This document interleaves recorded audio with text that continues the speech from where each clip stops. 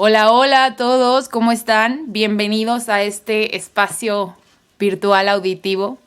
El día de hoy tengo a dos invitados especiales y estoy súper emocionada de presentárselos porque son personas a las que admiro un montón. Y ya sé que siempre digo esto cuando invito a alguien, pero porque realmente sí, a quien invito aquí son personas que admiro su conocimiento y su proceso de vida. Y aparte porque les traemos un tema. Entonces, creo que se van a divertir con este tema, creo que van a poder enriquecer igual y ampliar su visión. Y si no, y si ya tienen una visión bastante amplia acerca del tema, pues quizá no sentirse solos y locos en esta misma visión, ¿no?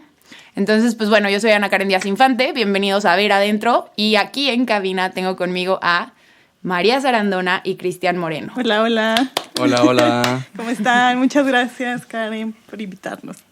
Amiguita, muchas gracias. Estamos muy contentos de estar aquí, compartiendo cosas locas. Un temón. Un temón. Un temón, no. A ver, platíquenos un poquito de ustedes. ¿Quiénes son? ¿Cómo se presentarían? ¿Qué hacen? Pues bueno, soy Cristian Moreno. Me gradué de psicología, pero soy bien curioso, ¿ah? Entonces he estado como en muchísimas cosas. Y mi práctica básicamente ha sido más artística, desde el ámbito artístico, fotografía, pintura, y dentro de la psicología, pues en el ámbito social, comunitario. Entonces estoy ahí como en ese vaivén entre las ciencias sociales y artísticas. Entonces, pues ahí, un gusto. Súper chido, muchas gracias. Y yo soy María Sarandona, mejor. Yo soy socióloga y pues bueno, siempre he sido muy académica, no tanto artística, pero me apasionan mucho los temas que trabajo, casi siempre han sido violencia institucional y sexualidad sobre todo. Y tengo un proyecto ahora, bueno ya de hace varios años, que se llama Baobab Fem y es un proyecto activista que reivindica la menstruación a través de narrativas emancipatorias para vivirnos con placer. Excelente. Sí, aquí María es una excelente feminista y me atrevería a decir sexóloga, trabajando con todos estos temas de la menstruación y la feminidad. Y Cristian, bueno, forma parte de colectivos y es una persona súper interesante, artística, trabaja en el ámbito, como ya les dijo, comunitario. Y pues creo que aquí van a poder ver tres posturas un poco distintas, ¿no? Desde el psicólogo artístico comunitario hasta la socióloga más académica enfocada hacia el feminismo y la mujer. Y pues aquí su servidora Ana Karen, que si ya es su primera vez escuchando el podcast, pues bueno, estoy más enfocada hacia el ámbito clínico, astrología y espiritualidad, ¿no? Entonces, pero sin dejar a un lado, obviamente, el ámbito social y colectivo. Entonces, pues bueno, tienen estas tres posturas y el tema, el día de hoy, ¡charararán! Es acerca de la sexualidad, el cuerpo, el deseo y pues cómo lo vivimos, ¿no? Todos estos tabús, prejuicios, cómo hemos vivido esta energía sexual. Y bueno, para empezar me gustaría, si quieren, darnos una breve introducción acerca de este tema. Pues bueno, yo creo que es un tema muy amplio. Creo que antes de empezar y cuando estábamos gestando esto, como que queríamos saber qué queríamos abarcar, ¿no? De todo este tema, y lo que más nos llamaba la atención era la parte del placer y del deseo y pues cómo nos ha moldeado en nuestra corporalidad, en nuestras vivencias, en nuestra percepción o incluso expectativas de cómo vivirnos nuestro cuerpo y nuestra sexualidad, ya sea compartida, ya sea individual. Y pues bueno, ese es como el tema principal que nos gustaría tocar. Claro. Sí, bueno, parte de estas reflexiones, pues nos íbamos enfocando como, pues bueno, ¿qué decide todo esto? Y muchas veces como que trasladamos la sexualidad a cosas como muy presentes y muy de lo inmediato, ¿no? O sea, lo que nos dice el momento que es. Pero sin tomar en cuenta como que hay toda una historia, ¿no? O sea, hay toda una historia que nos dice un poco de nuestros ancestros, de cómo se fue gestando este deseo, ¿no? O sea, no es fortuito que nos gusten ciertas cosas o que nos dé placer ciertas cosas o no otras, o qué tipo de personas nos gustan o lo que sea, ¿no? Entonces, pues toda esta parte histórica, abordarla como, pues, ¿de dónde viene todo esto, no? Totalmente, creo que caemos en lo cotidiano, en todo sentido, vemos como que las cosas que hacemos no vemos con profundidad el peso que traen, pero todo lo que haces en el ámbito más simple trae un bagaje histórico detrás bastante profundo y amplio. Uh-huh. Y pues bueno, más el tema de la sexualidad, que ha sido un tema bastante estigmatizado y y protegido, se podría decir. Vamos aclarando un poquito. Ok, energía sexual no solo se limita a la sexualidad, ¿no? La energía sexual, desde el punto de vista mitológico, tántrico, espiritual, desde la psicología junguiana, que la psicología junguiana agarra la libido, que es la energía sexual, pero no la expresa como Freud la expresó, ¿no? Sino como esta pulsión de vida del feto queriendo nacer a la luz, ¿no? No es, o sea, sí, la mamá empuja y le ayuda, pero es realmente el bebé el que quiere salir.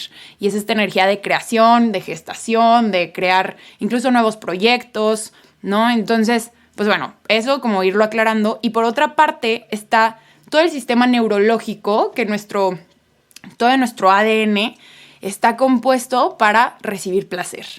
Que este es un temota que dices, ¿cómo realmente nosotros estamos hechos precisamente con un sistema neurológico para recibir placer y lo tenemos tan bloqueado? Entonces vamos a ver históricamente qué es lo que ha generado este bloqueo y cómo es que entonces se ha desenfocado toda esta visión de la energía sexual como creativa, ¿no? Porque incluso en unos textos sumerios hablaban acerca de la creatividad, de la energía sexual y de esta creación, como incluso decían como las orgías en el tema actual, en el mundo moderno, pues están, ¿cómo lo podríamos decir? Es una mente limitada, ¿no? de la mente moderna, porque antes lo hacían como actos sagrados de unión, de ser uno mismo con el creador, ¿no? Porque pues así venimos a la vida y esa es la manera en que conectamos como la creación por el acto sagrado. Y también pensar que, bueno, me quedé pensando la otra vez que pues llegamos a través del orgasmo, ¿no? A través de un punto de placer máximo. O sea, claro. ¿Ahí qué onda? Yo creo que es importante también, o sea, cuando hablamos de sexualidad, siempre hay como un espacio muy pequeño y un rincón muy cuadrado en donde es sexualidad igual, erotismo igual, sexo, ¿no? Y para empezar tendríamos que como desglosar y desmenuzar un poquito más como a qué nos referimos cuando hablamos de sexualidad. Y es mucho más amplio que las relaciones sexuales, ¿no? O sea, mi sexualidad también involucra el placer del tacto, ¿no? Más allá de lo erótico, involucra mi identidad, quién soy, quién me gusta, con quién me gusta relacionarme, cuál es mi percepción de mí mismo, de mí misma. Entonces, como desde ahí empezar a desglosarlo un poco, ¿no? Y también incluso como esta fuerza sexual, esta energía, ¿no? Que nos mueve, que está ahí presente desde que nacemos, desde ya mucho antes, también es importante como desmenuzarla, ¿no? O sea, ¿qué puedo hacer yo con esa energía sexual? ¿Cómo puedo tener placer más allá de lo erótico? ¿Cómo puedo conectar a través de esta energía con los demás también, más allá de lo erótico? Claro, porque incluso el placer lo podemos ver desde, no sé, el placer de recibir el sol y estar echada, el placer de respirar, el placer de bailar, ¿no? Hay muchos tipos de placeres que también conectan con esa energía. Sí, o sea, incluso como también ver el cuerpo, o sea, más allá de lo genital, ¿no? O sea, porque justamente cuando hablas como del punto G, del orgasmo y así, se relaciona mucho con genital, ¿no? O con penetración incluso, ¿no? O sea, está reducido a la penetración o consumar el acto sexual a través de ese acto, ¿no? Pero no, o sea, como va mucho más allá de eso y es como al mismo tiempo deserotizar el cuerpo, pero pues también reconocer la parte erótica en cada una de las partes, ¿no? La cabeza, la frente, los hombros, los pechos, la panza, o sea, todo claro. Es potencialmente placentero, vamos. Claro, totalmente. Y bueno, entonces, vemos lo que tú dices, María, es que aparte de como la historia personal de ciertas cosas que nos van a generar que tengamos placer distinto a las personas, hay cosas que a mí me va a generar placer y que a ti quizá no, y viceversa, también hay una historia colectiva, ¿no? Claro. Entonces está de lo que hablamos bastante, que es el inconsciente personal y el inconsciente colectivo. Uh-huh. Para aclarar, por si es la primera vez que escuchan acerca del podcast, el inconsciente colectivo es este bagaje histórico que tenemos desde la primera historia de la humanidad. Y en este bagaje colectivo tenemos las creencias de no solo de la humanidad, no solo de la sociedad, ¿no? Que también va cambiando dependiendo, por ejemplo, si yo estoy en África, estoy en China, estoy en México, pero también del sistema familiar, de lo transgeneracional. Esta parte transgeneracional de tan solo como mi mamá o mi abuela vivieron la sexualidad, que en ese momento era una sexualidad muy reprimida y mucho más limitada, súper culpabilizada. Entonces, el cómo lo vive la tercera generación es súper impactante, ¿no? Incluso toca, ahorita para ya entrar de lleno en la historia colectiva de este tema, pero he visto casos donde la mamá o la abuela se da más de la abuela y se refleja en la nieta, ¿no? Que son como la tercera generación, pero donde la abuela quizá tuvo algún problema, o más bien pasó por alguna violación, por algún abuso, y entonces las nietas son las que presentan estos síntomas de quistes en los ovarios, dificultad en las menstruaciones y como toda una desregularización del sistema menstrual por la energía que se quedó ahí atorada, ¿no? Sí, yo pienso que, o sea, al abordar un tema tan complejo como este, tenemos también que ponerlo en un contexto histórico, ¿no? Claro. Hay un montón de diferentes causales y diferentes paradigmas que han moldeado la sexualidad. Y bueno, el religioso es como el que más nos suena, ¿no? Pero yo creo que también en estas ideas como modernas del individuo, creemos que nuestra historia se moldea nada más por nosotros y por lo que vivimos y por lo que experimentamos, pero yo creo que al final, pues, todos somos, o el universo converge de diferentes maneras, ¿no? Y no podemos pensar que nuestra historia sexual, nuestra historia de vida nada más recae en nuestra experiencia individual, sino que hay un colectivo que puede ser tan tangible como lo que yo escucho, como las narrativas y los discursos que todo el tiempo me están diciendo de lo que mi sexualidad tiene que ser, pero también lo que yo estoy recibiendo inconscientemente, ¿no? O sea, desde lo que viene en mi cuerpo al momento de gestarme, de que me gesté, hasta lo que no sé si quieres llamarle como vibras, o las experiencias, información, experiencia, energías que te llega como de todo tu entorno, ¿no? Claro. Y creo que eso es importante. Incluso, por ejemplo, yo que estoy como un poco metida más en temas de menstruación, abordamos también la parte de la sanación, ¿no? Porque al final la experiencia de la menstruación es una experiencia que ha sido súper tapada, súper negada, y la mayoría de las mujeres la viven desde el dolor, desde la vergüenza, desde el pudor. Entonces se tiene que hablar evidentemente desde una sanación, y que esa sanación no es nada más propia, ¿no? O sea, cómo vivieron mi abuela, mis hermanas, mi mamá, mis tías. Claro, estás limpiando un linaje. Claro. Y es súper importante como tener como todo este contexto. Y a ver, de históricas, narrativas históricas, entonces estamos hablando de, a nivel macro, que la religión, ¿no? Fue de las primeras que se empezaron a institucionalizar. Incluso estaba leyendo la otra vez que Platón hablaba sobre, bueno, pues tenemos que limitar, el ser humano no puede actuar como los dioses, ¿no? O sea, decía, porque los dioses están allá afuera reproduciéndose y haciendo orgías, y en estos mitos, porque los filósofos hablaban de sus propios mitos. Entonces decía, el ser humano nos tenemos que comportar y tenemos que civilizar este instinto, ¿no? Entonces, desde ahí como que empezó, y esto que fue como unos 200 después de Cristo, y luego llegó la Biblia, que fue escrita como unos 400 después de Cristo, y a partir de ahí es el texto donde yo creo que se empezó como a tabuizar muy cabrón esto, ¿no? Porque hay una chava, no voy a decir nombres, pero promueve todo este trip del catolicismo y el cristianismo, más que catolicismo, que es incluso un poquito más ortodoxo. Uh-huh. Y habla, ¿no? Como empieza a leer estrofas de la Biblia, la estaba viendo el otro día, y se vale, digo, es totalmente su sistema de pensamiento, pero viene precisamente, pues la mujer, aparte me caga, perdón por estas palabras, pero de verdad me enfurece, la mujer fue sacada de la costilla del hombre, ¿no? O sea, hay peores en la Biblia. Sí, bueno, y hablando de todo esto de la religión y todos estos sistemas de pensamiento, tabú, bla, bla, bla, pues es como también estar hablando de simbología, ¿no? O sea, toda la simbología súper antiguas. En este rollo de simbologías antiguas, pues nos ponemos como a la tarea de decir, bueno, entonces, o sea, ¿qué onda con estas simbologías, no?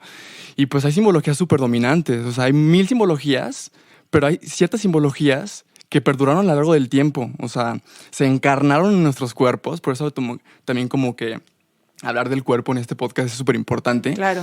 Porque pues esta relación cuerpo-mente, ¿no? Siempre la hacemos como mente. Pero pues sin dejar en cuenta como de que pues la mente instala todo el sistema de pensamiento hacia el cuerpo, ¿no? Sí, y el cuerpo hacio la mente. Es un diálogo mutuo. Es un diálogo ahí mutuo. A ver, ¿y cuáles serían como estas simbologías más más fuertes que han estado presentes?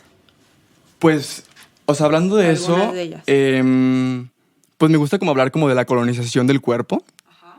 Y esta parte de la colonización del cuerpo, pues generalmente como que la colonización a veces la relacionamos con un momento histórico súper particular, ¿no? O sea, como los españoles llegaron y... Y se acabó. Y se acabó, y ahí se acabó y ahí Y todo, ¿no? nos liberamos, por eso tenemos la independencia. Ajá, y es todo como todo un discurso de liberación, pero que al fin y al cabo lo único que ha pasado es como la transformación de esa colonización a través del tiempo, ¿no? Claro, Y como estas que se va ideas- fashionizando. Sí, una Ajá. era moderna. Se va modernizando, entonces como ya es moderno, pues ya es válido, ¿no? Porque Claro. pues como la actualidad y todo esto. Entonces, el significado es como súper importante.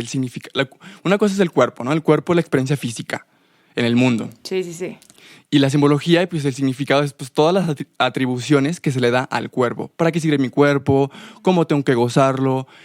¿Quién me tiene que gustar? Todas estas simbologías que van Claro. construyendo nuestro placer, nuestro deseo en el mundo y en las personas. Yo pienso que como el directriz o la que más está presente es la de la reproducción, ¿no?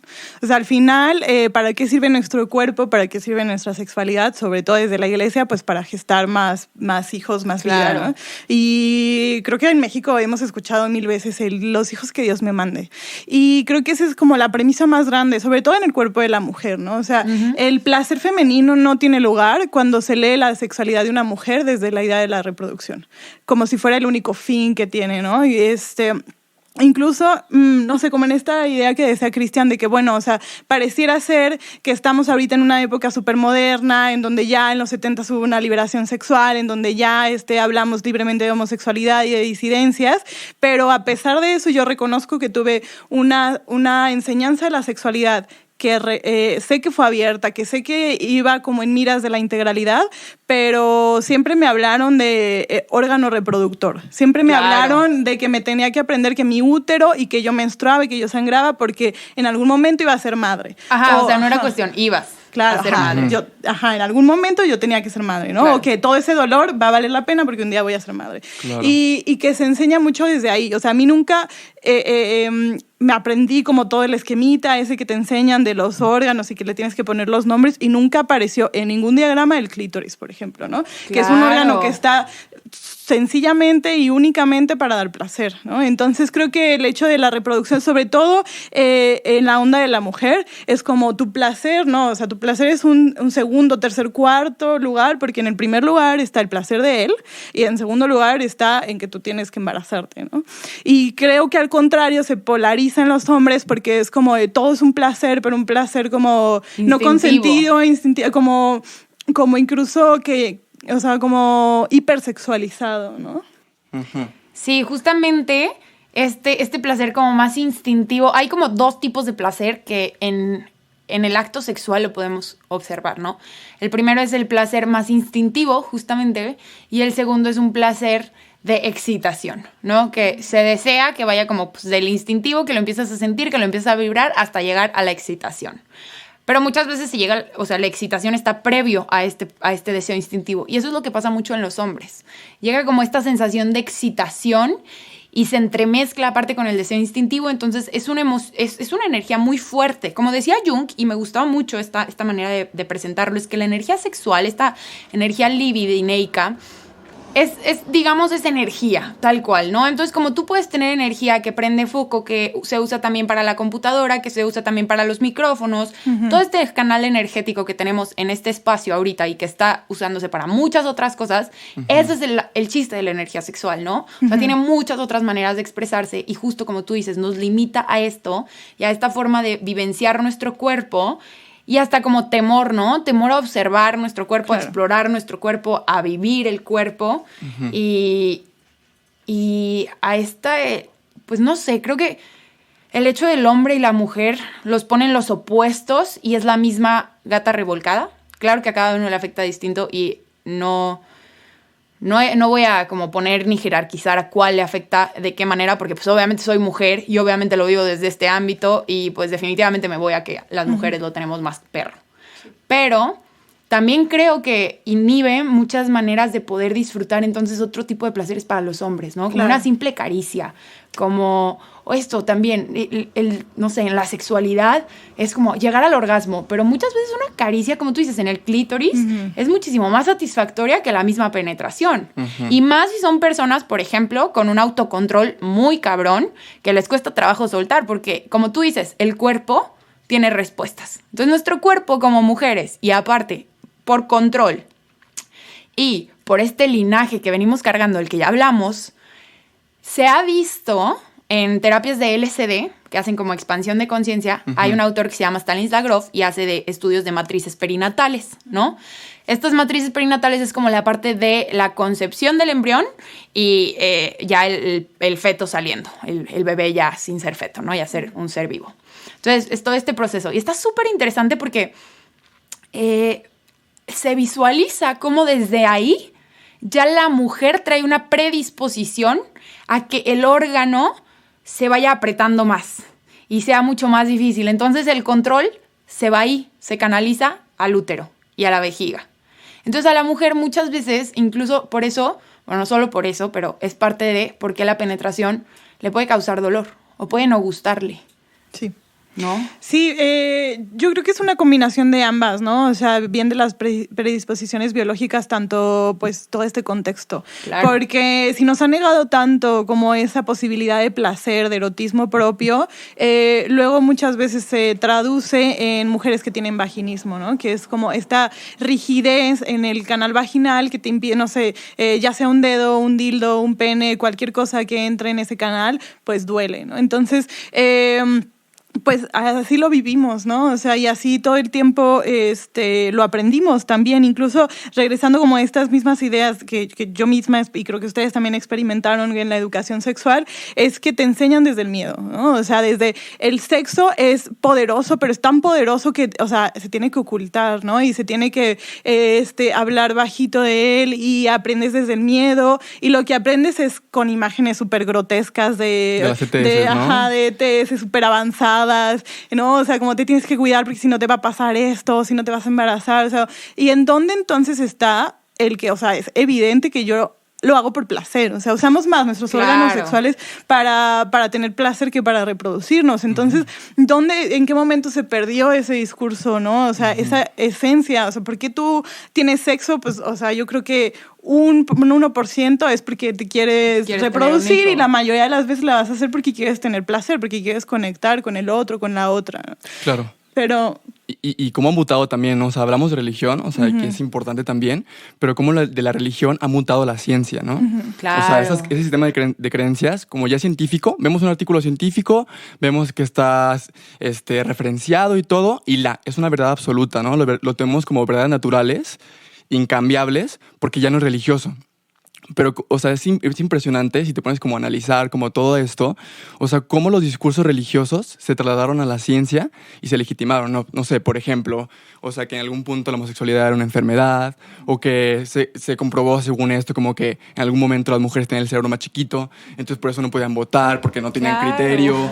Entonces como... Todos esos discursos... patologizar el embarazo. No, y desde la cuerpo. parte también psicoanalítica, ¿no? Con Freud, que digo, yo le admiro un montón de cosas porque nos dio un chingo, pero wow, con la manera en que nos puso a las mujeres ahí, las histéricas, ¿no? Literalmente, o sea, la estructura histérica era de la mujer y era por un problema sexual y bueno. E individual, ¿no? Incluso Freud decía también que llegar al orgasmo de manera clitorial era un orgasmo no maduro, ¿no? Sí, entonces a través como de estos discursos religiosos implantados a través de la ciencia, pues enferma el cuerpo, ¿no? Se dice, no, pues es que está mal esta práctica sexual, o si hago esta práctica sexual ya me hace homosexual, o ya me hace tal cosa, o sea, como que no vemos más allá de las Claro, de y las que cosas. Muchas veces ni siquiera son conscientes de estas cosas, ¿no? Claro, o sea, tu cuerpo lo tiene inconscientes. codificado en el ADN y en este bagaje colectivo del que hablamos, entonces está somatizado en el cuerpo. Pero muchas veces no son conscientes estos discursos que nosotros venimos diciendo que están, pues nosotros creo que, al menos yo voy a hablar por mí, individualmente los he ido trabajando y los he ido despertando, Totalmente. ¿no? Como que no sabía que estaban ahí. Y si antes yo hubiera escuchado esto igual y me hubiera como movido, me hubiera causado ruido porque hubiera dicho, ¿cómo? ¿Cómo que existen esos discursos? Claro que no, yo simplemente pues pero de repente te empiezas a dar cuenta que tu cuerpo ya lo tiene codificado y que también está esta parte que nos da un montón de miedo, esta energía gigantesca, porque como vemos, pues puede ser usada para 1000 cosas, entonces es una energía de vida, literalmente, es la energía de la creación. En los textos sumerios se habla que se conecta como con la divinidad, ¿no? En el tantra, en toda la espiritualidad oriental también es como la conexión con la divinidad. La energía creativa, no meramente el acto sexual. Entonces se me hace como algo súper interesante cómo nos da tanto miedo perder la cabeza, que es lo que decías, como que estamos muy metidos en la cabeza y conectar con solo el cuerpo es estar completamente en el presente, ¿no? O sea, el cuerpo, ¿qué nos hace? El cuerpo, la cabeza nos lleva al pasado, nos lleva al futuro, pero el cuerpo es lo que nos hace estar presentes, o sea, estoy presente sí o sí. Si yo sé habitar mi cuerpo y me mantengo presente, quizá puedo no estar escuchando en mi cabeza una historia mientras tú me platicas algo y sí prestarte atención. Y ese es el rollo de tener ya meramente el acto sexual y disfrutar el placer, ¿no? Como la idea de salirte de la mente, perder el control y pues dejarte también ser como este animal instintivo. No, igual, se dice fácil, no es tan fácil, ¿no? Claro. Se dice fácil, llevarlo a la acción es un poco más complejo, pero yo creo que es una tarea que... Sí, es un constante trabajo, yo creo. O sea, sí. al final, pues, todas estas cargas están y siguen estando. Yo creo que el trabajo iría en ir identificando justo, ¿no? O sea, a dónde no me suelto, a qué le tengo miedo, por qué no puedo conectar con el otro, por qué me cuesta trabajo eso. Y incluso también trabajar con tu propio cuerpo, ¿no? Con tu propio placer, darle espacio también a la masturbación, a experimentar con tu cuerpo, encontrar lo que te gusta, saber que tu placer está primero. O sea, si estás en una relación sexual es porque estás buscando placer, entonces pues encuéntralo, ¿no? Sí, no, y justo cuando se habla de placer y de instinto, pues es como que el ser humano es muy como polarizado, ¿no? Se escucha placer y es como, entonces ya es full como animales y todo, sin respeto a los demás, ¿no? Entonces el placer también conlleva una responsabilidad afectiva, una responsabilidad sexual contigo mismo y con los otros, ¿no? Tocaste un temón, porque responsabilidad, ¿no? Justamente quería tocar el tema de la culpabilidad, cómo nos sentimos súper culpables por este deseo, por este instinto, por esta sensación, por el placer, ¿no? Yo recuerdo una chava en consultas, me dijo como, pues yo cada que me masturbo lloro. Entonces para mí fue algo muy fuerte y trabajar con ella fue algo bastante fuerte porque era poder deshacernos de todo este bagaje de creencias y de conectar con el cuerpo, de conectar con uno mismo, de soltarse, pero vivir el placer desde otro punto, vivir el placer desde una caricia, empezar poco a poco, ¿no? Empezar como estas sensaciones placenteras que podemos tener hasta un cosquilleo, lo que sea, hasta una palabra bonita. Sí, yo creo que es bien importante también reivindicar justo esto, ¿no? O sea, como reivindicar la ternura, reivindicar como el consentimiento también, el saber que pues tú estás buscando placer, pero la otra persona también está buscando, ¿no? Entonces, pues justo lo que decía Cristian, yo creo que la responsabilidad afectiva contigo, de ser honesta contigo y con el otro, con la otra, es también parte esencial. O sea, sí es necesario desconectar de la mente y sacar como el instinto, ¿no? Al momento de sentir el cuerpo,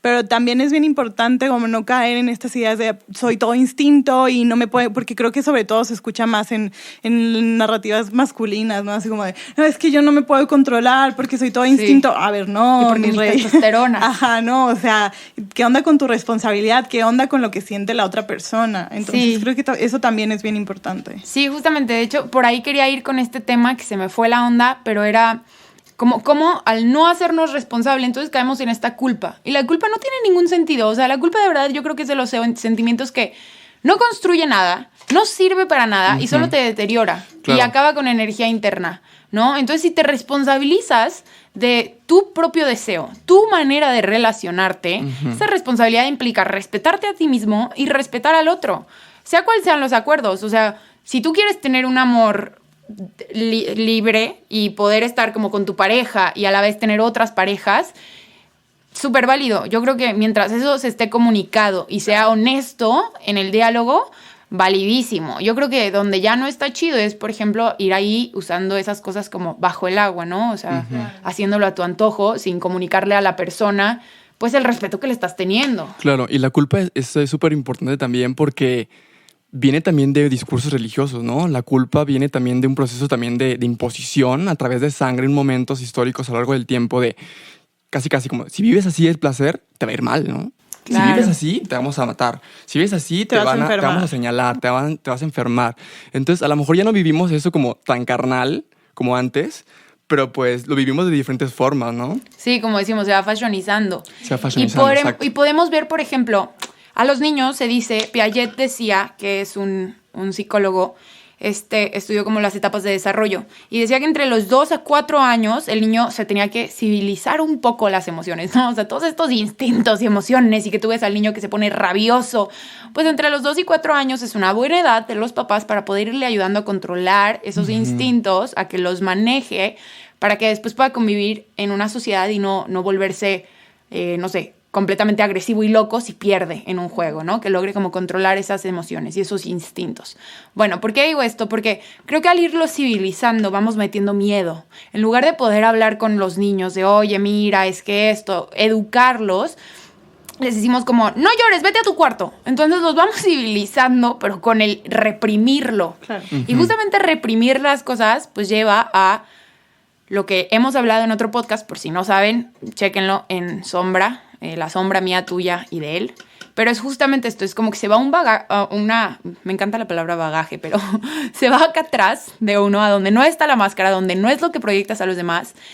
Y justo en ese bagaje tenemos como este animal interno, a este instinto, a esta fuerza sexual que muchas veces se tiene que destapar. Incluso muchas mujeres y hombres la tienen muy tapada. Entonces se tiene como que ir deshilachando para que la persona la vaya viviendo y la vaya sintiendo. Hay tipos de meditaciones tántricas que hacen esto, ¿no? A través de respiraciones entre lentas y rápidas, prenden la energía interna y activan la energía sexual.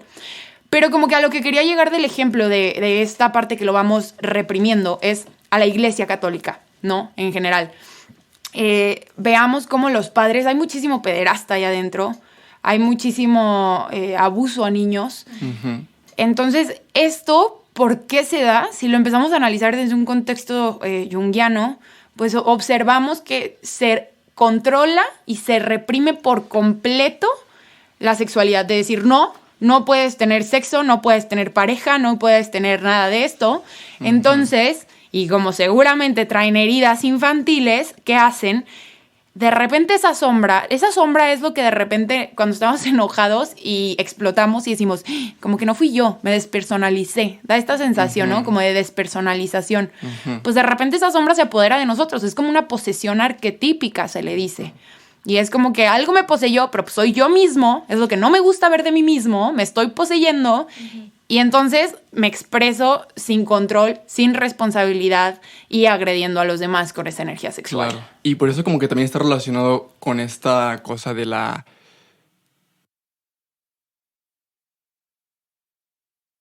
Ay, se me olvidó el pedo. No importa. Pues igual estábamos hablando acerca de cómo la Iglesia Católica reprime el deseo sexual. Y pues de repente, ¡pum!, nos llega, ¿no? Y eso nos pasa con todo, realmente. Sí. Cuando reprimimos cualquier cosa, yo creo que también, de repente llega y nos abarca. Al orillarlo al oculto también, como al no tener como la posibilidad de sacar tú y de experimentar, ¿no? De ver qué te gustó, ¿no? Entonces se empieza a vivir esa sexualidad desde un morbo, desde desde lo... Pues sí, ¿no? Desde lo personal, desde el morbo, de sacarlo de unas maneras que muchas veces, justo como dices, ¿no? Creo que la educación también, como nos dan miedo, nos meten miedo, estamos viendo, nos meten un montón de miedo en la educación, ya venga de bagaje histórico, ¿no? De manera personal nos meten un montón de miedo. Sí. Y luego toda la información allá afuera está bien rebuscada, está medio chusca, la verdad, porque se me hace que nuestra educación sexual, por ejemplo, ahorita está una serie buenísima que yo recomiendo mucho a los adolescentes con los que trabajo, que es Sex Education, ¿no? Justamente. Porque creo que expresa padrísimo todo este tipo de relaciones entre personas y la sexualidad y cómo se vive. Pero pues antes no existían estas cosas, que ya se están hablando más y está chingoncísimo. Pero sí ha sido y es una educación el porno, por ejemplo. Claro. Y entonces... Claro. Nos meten miedo, no hay educación y nos metemos a ver porno porque, pues, curiosidad humana, definitivamente te vas a meter a ver porno. Y las personas, los hombres y mujeres, empiezan a educar con ese porno que realmente es irreal. Irreal para el placer, irreal, y denigrante para las mujeres, o sea. Claro. Total. Y como la educación sexual, o sea, pues al fin y al cabo el porno, pues sirve para las personas porque la neta, o sea, no se habla en las escuelas, no se habla en ningún lado. Entonces la gente busca desesperadamente alternativas, información falsa, irreal, verídica, desde el morbo también, ¿no? Y también como este rollo de la perversión, ¿no? O sea, si vives el placer, así como estamos hablando, eres un pervertido o eres un descontrolado o todo esto, Claro. pero como reivindicar todas estas cosas desde el placer, pues no necesariamente tiene que ver con la perversión, ¿no? O incluso también hablar de la perversión, pues también es como decir, bueno, no importa, si esto es perverso, pues perverso pues será. venga la perversión. Pero responsabilizarse, Sí, ¿no? O sea, hablando de como que responsabilidad. traerlo desde una estructura de salud mental, digamos. Obviamente no nos vamos a ir a una psicopatología, pero sí no estigmatizar tanto, Ajá. ¿no? O sea, a nivel personal es todo un proceso que vamos viviendo. O sea, a mí me ha tocado yo vivirlo y acompañar amigas y amigos como a este descubrimiento de temas de sexualidad. Incluso antes era un tema. Híjole, esto es buenísimo. En mi primer año de psicología, un maestro nos preguntó así. Entramos al salón y la clase era sexo, pareja y familia. Entonces llegamos y entramos al salón todos sentaditos y dice que, bueno, ¿quién de aquí se masturba? Así sin presentarse ni nada, ¿no? ¿Quién de aquí se masturba? Obviamente todas las mujeres así con la mano, pero por abajo. O sea, queriéndose hacer chiquitas. Y los hombres, bueno, con la mano en alto de que yo. Y desde ahí, creo que eso abrió para mí una puerta gigante de empezar a hablar de estos temas con mayor libertad. De empezar a decir, güey, pues si ellos pueden alzar la mano y hablar de esto tan tranquilo, ¿por qué yo no? Claro. O sea, ¿qué tiene de extraño? ¿No? Entonces, como empezar a quitar todos estos tabús que yo traía acerca de mi propia historia familiar y de la propia historia de, bueno, León, Hermoso, Mocho, Guanajuato. Sí. ¿No? Que por supuesto. Sí, estoy de acuerdo. Sí, y justo como, o sea, la propuesta o como las cosas como que estarán chidas como, pues, reivindicar, ¿no? Ajá, o sea, como trabajarnos. Me gusta mucho una analogía como de que somos personas de barro, ¿no? O sea, el barro es un material súper resistente, súper duradero, súper en contacto con la naturaleza y todo. Entonces hace una comparación como de la persona como de cemento y persona de barro, ¿no? La persona de cemento es fría, la persona de cemento es descontextualizada con la naturaleza y las personas de barro, pues nos vamos moldeando poco a poco, qué nos va construyendo, qué nos va haciendo significado, qué nos va haciendo como sentido para nuestra propia existencia y pues vivirnos como desde el placer, pero desde ese punto, ¿no? Me encantó esta analogía, hermoso, claro que sí, somos personas de barro y aparte me encanta que el elemento natural, el agua, es lo que te ayuda a irte moldeando, el agua que es pues fluir, ¿no? O sea, como dejar estas resistencias de controlar la vida y de encuadrarla a algo y entender que pues bueno, somos humanos y tenemos toda la vida para aprender a ser humanos en este viaje, para liberarnos y bueno, igual y ahorita estaría bueno como decir puntualmente algunas que otras prácticas, tanto personales o como profesionistas, que sirvan para pues ahí aventarles las herramientas y que exploren y disfruten su cabeza. Yo creo que lo primero es cuestionarnos, o sea, como al momento en que tú te cuestionas y dices, a ver, ¿cómo he vivido mi sexualidad? ¿No? ¿Qué yo creo que es así, o sea, que es natural, que es como la verdad absoluta de la sexualidad y empezar a cuestionarlas, ya ahí es como un primer paso fuerte, ¿no? O sea, empezar a quitarte todas esas ideas, dejarte experimentar la posibilidad también como de platicarlo. Yo creo que al final yo reivindico mucho la parte de que, bueno, sí, o sea, la sexualidad es individual, pero también es algo colectivo y también es algo político. Entonces, al momento que lo hablas, al momento en que lo externas, al momento de que dejas que levantas la mano con orgullo y dices, güey, yo también me masturbo y pues claro, pues ¿por qué no? Pues se siente súper rico, ¿no? Claro. Entonces creo que al empezarlo a hablar, bueno, a mí me encanta incomodar, pero como es incomodar en la demás gente como que hace decir, no, claro, pero pues es que yo también puedo masturbarme, ajá, ¿no? Entonces creo que es algo colectivo, como cuando lo compartes con tus amigos, cuando lo compartes con alguien y que empiezas a agarrar, que te empiezan a caer como esos 20s, entonces como que va avanzando como ese... Claro, pero yo creo que para llegar a lo colectivo a veces toma que cada quien agarre como esa fuerza interna, ¿no? Y se empieza a ser valiente. Entonces, para esto que dice María de las creencias, está bueno sentarte, cerrar los ojos, realmente empezar a hacer unas 2, 3 respiraciones. Si ya se quieren aguantar un poquito y echarse unas 10, estaría mejor porque entran más en contacto con su centro. Y a partir de ahí, abres el ojo y ya tienes listo enfrente de ti una hoja con una pluma y empiezas a describir las creencias que sientes acerca de tu sexualidad, de cómo tú te relacionas con la sexualidad, de qué pensamientos se te vienen a la cabeza. Y los empiezas a cuestionar, ¿no? Haces una tablita al lado y dices, en esa tablita al lado, ¿de dónde escuché esto?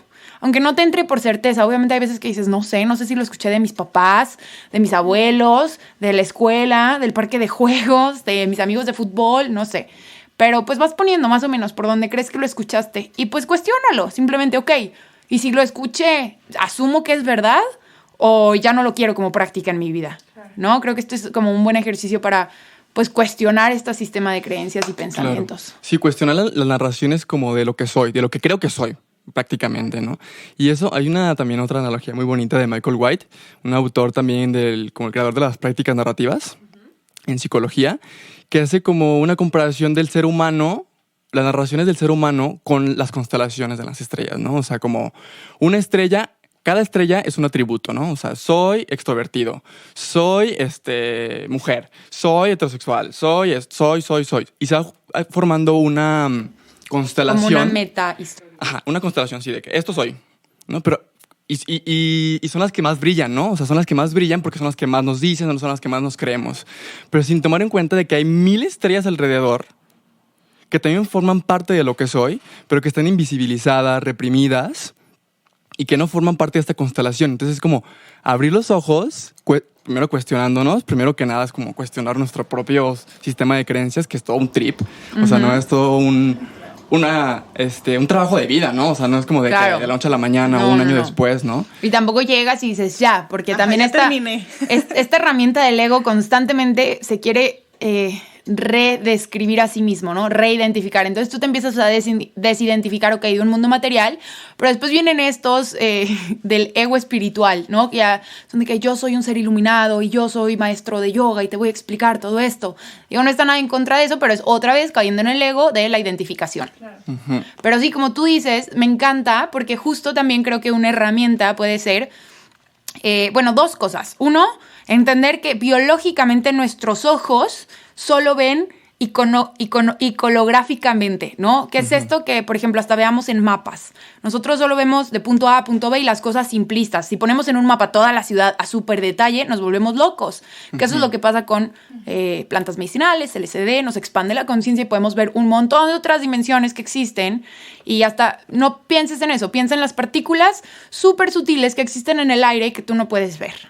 Entonces, nosotros, y hasta en este cuarto, ¿no? Nosotros estamos en este cuarto, no podemos ver de aquí a África, no podemos ver, o sea, realmente estamos muy limitados y creo que existe todas estas otras estrellas que dices tú, claro, que podemos incorporar, ¿no? Sí. Y, bueno, también, claro que un trabajo terapéutico es buena idea, pero también una lectura de carta astral. Porque en la carta astral, ahorita hablando de las estrellas, viene, por ejemplo, Venus. ¿Dónde tienes a Venus? Que Venus es el placer, la sensualidad, cómo recibes el amor, cómo das el amor, cómo lo experimentas.